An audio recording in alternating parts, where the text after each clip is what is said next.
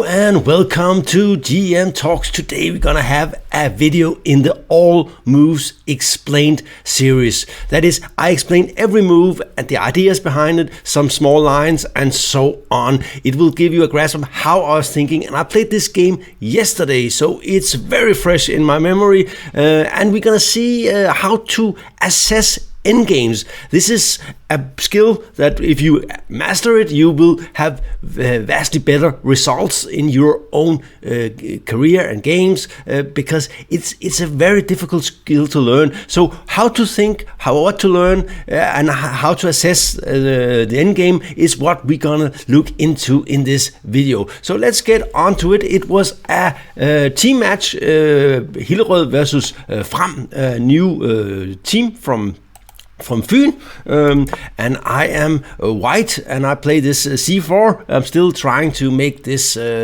English opening work for me. I have so far played a lot of draws, and I was starting to get a little bit frustrated. The reason to learn c4 is so if you can sort of mix it up between knight f3, d4 and c4, you have a big advantage to try to out maneuver people in the opening, so they will get into a move order where they get up with something they didn't really want. So that's why c4 and knight f3 and d4 is very complementary opening repertoire, while e4 is of course a completely different opening and lead to completely different games. Kristoffer is a dangerous attacking player with 22. He's sort of simmering slightly below 2300. So he's not a bad player, but I thought that in the technical aspect of the game, I should be much better. So I was not trying to get into a serious tactical fight. So c4 is what I had decided to play. By the way, I expected to meet Hansen instead, but they didn't show up with Nc3 Rasmussen. By the way, we won the match with 5.5, 2.5. And also there was some very, very, very sad news this past week.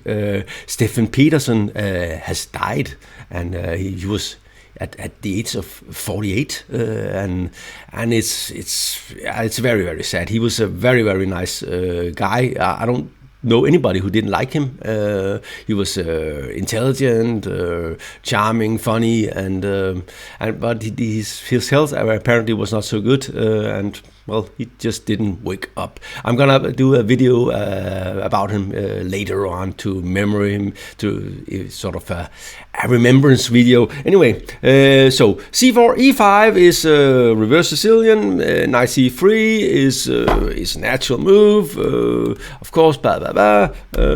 Knight c6, so a reverse close Sicilian. So you could play g3 here and go into that, but my repertoire is based on not always playing g3. And here the main move is knight f6, and then I will play g3. But I will prefer not to allow something with f5 directly after g3. But he played bishop c5. And by the way, this is apparently notes from Chess, even though we are doing this on chess.com.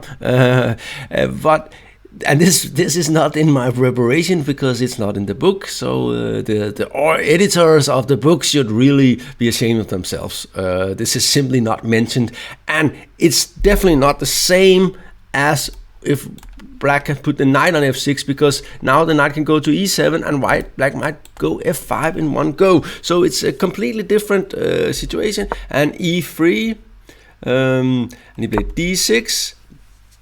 And I didn't really know what was going on here, so I decided, okay, d4, he's going to play bishop b4, probably. I think he would. Maybe he takes and play bishop b6.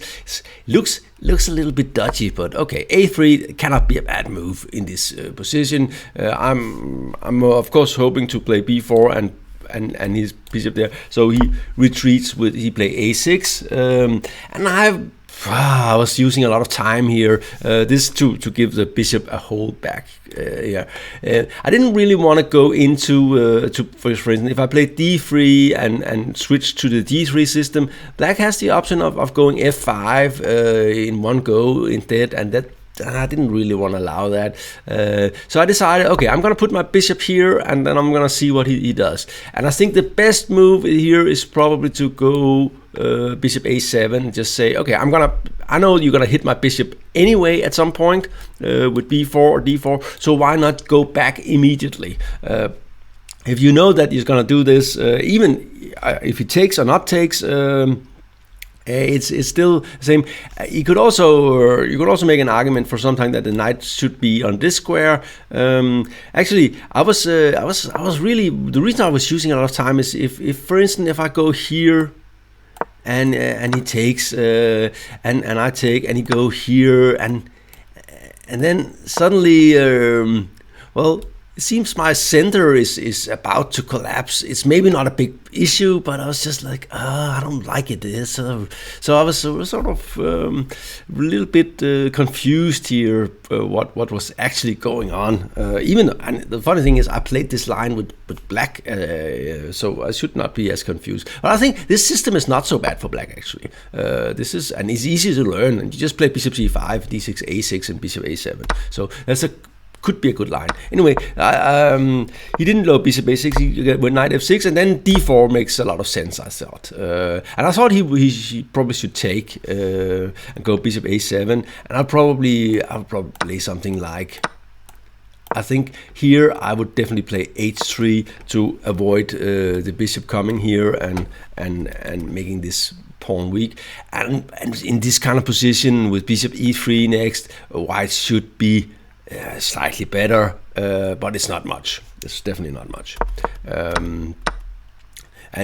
knight on e7 is a little bit more interesting. Anyway, that was not his plan. He went here. I thought, okay, but I'm playing against an attacking player here, so it makes a lot of sense for me to get the queens off the board. So that's what I did. Anyway, one thing to notice here is if you do something like this, then I think black can be happy with this. He has a very strong bishop. The other bishop has good scope. The knights have good scope. Okay, white has a little bit more space, but it's not so easy to exploit. So I think black would be very happy with this kind of position in general, and you would be afraid that he might drum up some active play on the king side.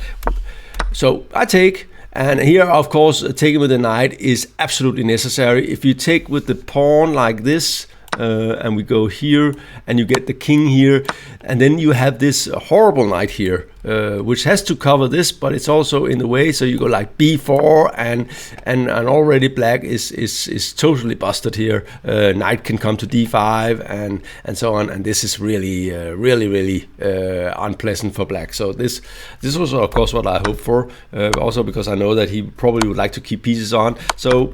But he took with a knight, and I could castle here, and we will have something that looks a little bit similar to, if I played like something like this, to a Budapest gambit.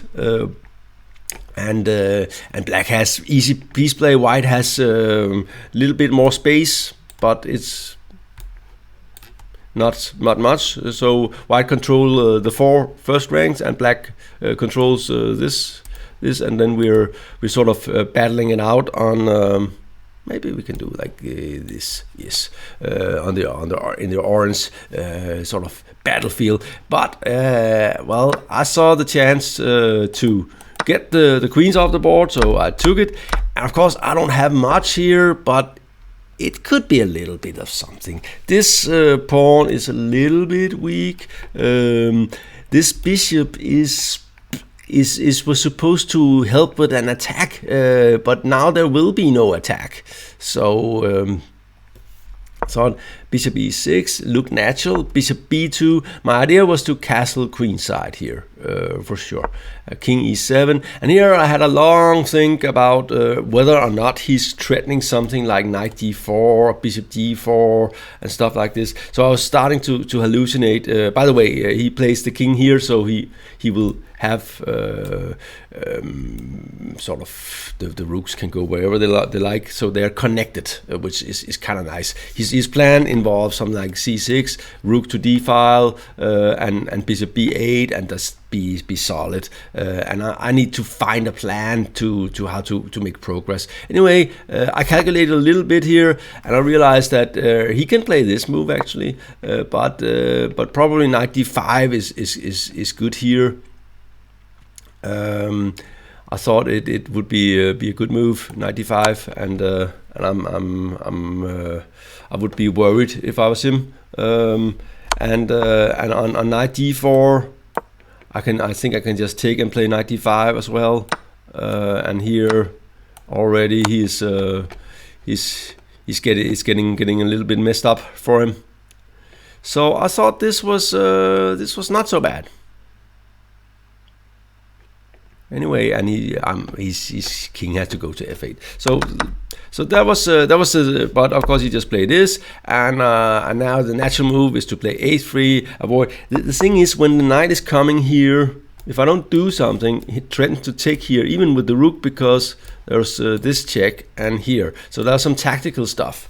So a3 and c6, and well, white is slightly better. This pawn is a little bit weak. This bishop is a little bit weak, and I have a little bit more space. So I think one move I could play was something like a4, just to because maybe this bishop on this diagonal could be oops, it should be probably this way, and I'll just get rid of the other one like this. Anyway, c6 makes sense for sure. And I thought, okay, there is this this thing here with some knight e4 stuff, and so but anyway, g4, and I kind of felt this move is interesting. I might be trying to gain this square for the knight, and also I want to sort of make sure this bishop might have something to bite on later. The computer is not very impressed with this move, but it makes the position difficult for the opponent to play, so I kind of like it. h6 he played very fast, and I would be a little worried about playing a move like h6. I don't really like moving pawns. And here I just play king c2, and that looks weird, and it's maybe not a fantastic move, but it might sometimes go and get support for this. I like to have it out of this bishop's checking range, so the tactics will work for me. Also, don't like him having to, if for instance I play c5, that the bishop can go here and take away the d1 square. So I thought it was nice. Also, I know that Kristoffer is a very active player, so he likes to do things, and I would like him to do things here, because I think if he just sits there, he will do well. But if he does something, it might be bad, and it was because here he decided, okay, I'm gonna try and fix this. The natural move here would be something like bishop b8 and say, okay, what are you gonna do? I covered my pawn and so on, and I had not really decided how I'm gonna play on the king side and so on. I was sort of feeling like, okay, sometime I can play bishop f3 maybe. The pawn is saying, I don't know. Anyway, he played this move, and it surprised me a little bit, because it does leave these guys weak. And oops, here, and also this bishop is now, after the natural c5 is really not coming out. But the idea was to exchange a lot of pieces. Still, he should definitely play bishop b8 and put it here, and then to be able to play something with a5. Instead, he played this move, which surprised me a lot. But he's playing for a draw, so he's trying to exchange everything, but it will not be so easy. So here I was I was not really worried at any point in the game, but here I was starting to feel this is pretty good. I'm threatening to take the knight and win the pawn on e5, so he's got to do something. I thought he should play bishop b8. Would be the best move, because the bishop is really ridiculous on this square. So that was, I would have played bishop b8 here, and even though you don't like to accept this kind of transformation of the pawn structure, it's not really disaster. But f6, and now I just take, and I take, and he continues his approach with taking. And here I was sure I was better. The thing is, of course, I got like he's got like all these pawns here on black, which is nice for me. Should stop doing that. But I got this passed pawn. Of course I got these guys on black as well, which is sort of weak. But at the moment the bishop is not going to attack them, and f4 is a natural move. But there's also a4, and this is basically what I want to do, because this guy is on white. So okay, this should be another color. So this can't defend it. So if I can get the rook in, and here I start to calculate. So what do I want to do? Do I want to play f4 or want to play a4? I don't want to play rook d1 and then f4, a4. I was not completely sure. The thing is, if I play rook d1, he has to cover the rook, because king e6, f4, and then I'll get the pawn to f5, which is annoying for him. But I realized, if I play a4, I will take over the a file, or he will have to go into a bad ending, a back bishop ending. So I calculated for a long time. So here is what I calculate. I calculate a4. If he takes, I play rook a1, and then he cannot play a4 because I take, and I have this this trick on it. But on a4, rook b8 makes sense. Then I'll play rook a1, just threatening to take and take on a6, and he will play a5, and I will take on b5. He'll take with the rook, and I'll take with the rook on a5. He will have to take back, and he will get the c pawn, but I will have this passed pawn here that will stand on a6, and I'll have this bishop that could go hunting for his black pawns here. So this looks like that was a good line. So a4, strong move, and here he has to find a way to stay in the game, because I'm not really sure. The computer says he has to play rook b8 and then make a maneuver with the king, and that's probably the best. Even though this must be good for white, but rook b8 is a mistake, and I like this move. I was very happy with this. The computer just says something else, but this is really unpleasant now. The bishop is sort of trapped. Something like this is just really unpleasant, and probably f4. Here I have the a file. I will sort of click his pawn here, and this c pawn is a major trump. So okay, so he went for the a5, still trying to, and now I have connected pass pawns, and he took, and I took, and he took, and I took, and here I was thinking he had to play with the king. He was trying to get to the king, but the problem is, my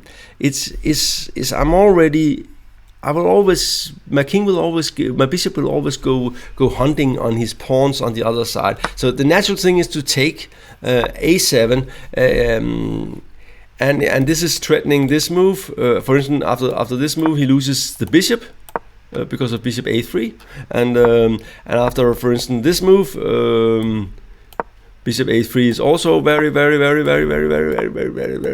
bad for him, and he loses everything. So I was sort of pretty happy here. He played king e6, and this is so he can go back here, and I played, and here the best move, and it's kind of instructive, by the way. The best move for white here, what do you think it is? I thought about it, and I couldn't really make it work. Thing is, of course, his bishop is not very good, but I keep doing that. It can take, of course, on this diagonal, so f4 would be a big mistake. He just takes on e3, because he's still covering a7. The thing is, if I can get my bishop into that diagonal, he's gonna lose. because my pawn will queen, and of course this bishop can never really do anything serious. He has got all these problems over here with these black square. So what he really would like to do is do something like this and this and this, and get them all on and this, and get them all on white. But of course e4 is not so nice, because then bishop d4 and the pawn will queen. So you have to have this king within shooting range of this pawn whenever the bishop exchange is threatened. So it's not easy to do this. The smartest move here for black is, for white, is probably h4, with the idea to, on this one, to go h6, h5, just to make sure there will be a very weak pawn here. And this is I think very easily winning. It was, I don't know why, it felt like it was hard to see. I'm not really sure why now. Anyway, I was a little bit, but I thought about, should I go with the king this way? And I was not really sure if it was a good idea. So I decided, no, I'm gonna just play king to d3, and then gonna play f4, and then maybe f5, or and try to get the bishop to this diagonal here. So I play king d3, and he played d6, which is a natural move, and f4, and this is actually pretty easily winning. But I thought it was more, it was not as easy as I thought. I thought, okay, bishop c3. I was starting to get a little bit confused here. But the thing is, and I was also running out of time, so I played back here just to, and he of course, and then I took and e4, and I realized, okay, this is actually pretty easily winning, because due to this this pawn here, I will play this next, and then I will threaten to play this and put the here, and he will always have the problem that his king has to go all the way over here to win the pawn, and my king will be a Pac-Man on the other side. So the distant passed pawn will decide the game, and here it's actually very, very easily winning. He can play something, he can play whatever. I can play bishop d2, I can take, but okay, this is probably this. And if you, for instance, if you play something like this, then this, and king, and here, and of course this is winning, because the king will just eat his pawn, and I'll get a new queen. So it was easily winning, and it turns out that the rook b8 and a5 maneuver was losing, but it was not so clear to see, easy to see. Anyway, took e4, d4, bishop a5, bishop c7, and now he's in Zugzwang. He has to move, and I can just wait. King f6, h4, d5, h5, king e6, king d5, and of course it is very easily winning. And here he resigned after this move, and of course the problem is not really. I can just go back, because he can never play d3. You just take, and the pawn is queening here. So when the crucial point in the game was when I had to assess. When I played a4, I actually had to assess this bishop ending, and I was sure it was winning, but when I came to it was not so easily won as I thought it would be, but it was winning, so I did choose correctly. And here, a good thing is the guiding lines are sort of the rule of thumbs, like distant passed pawns, able to attack the opponent's pawns, and that the bishop cannot stop the pawn. It can stop the pawn, but it cannot win the pawn. So you have to have the king all the way over, and in the meantime you will lose on the other side. So that was it. Anyway, it was nice to win a game again after 5 draws in a row. It felt pretty good. It was not a fantastic game, but it was a decent game, so I'm happy about it. Thank you for watching, and I hope you enjoyed this episode of GM Talks and how to assess Endgame.